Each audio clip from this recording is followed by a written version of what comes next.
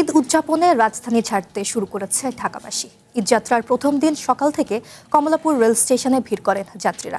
একে একে ছেড়ে যাচ্ছে বিভিন্ন রুটের ট্রেন। তবে ভোরে একটি কমিউটার ট্রেনের ইঞ্জিন নষ্ট হওয়ায় এর প্রভাব পড়েছে অন্যান্য রুটের ট্রেনে।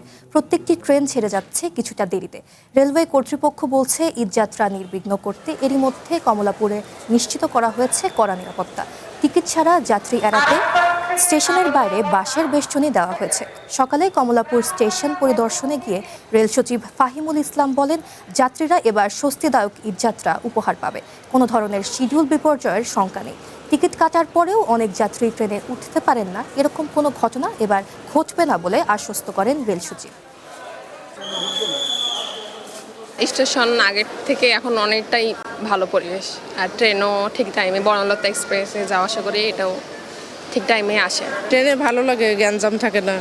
বাসে তো অনেক জ্যাম হয়, বাচ্চারা কান্নাকাটি করে, বিরক্ত হয় গরমে, এই জন্য ট্রেনে যাব।